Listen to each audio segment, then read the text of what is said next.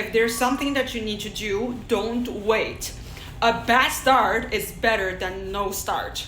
You can start in the shittiest way possible, but your consistency is going to build up day by day. You are compounding all the days. Imagine 2 years from now, by you just doing a teeny tiny bit every single day, that is going to roll into a huge snowball.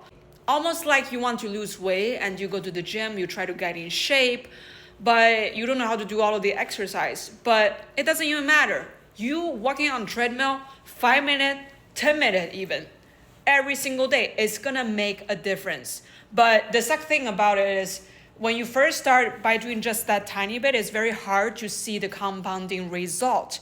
Most people just got frustrated and they don't feel like keep going because they don't see result, but they don't know the result is gonna show up as they do it consistently.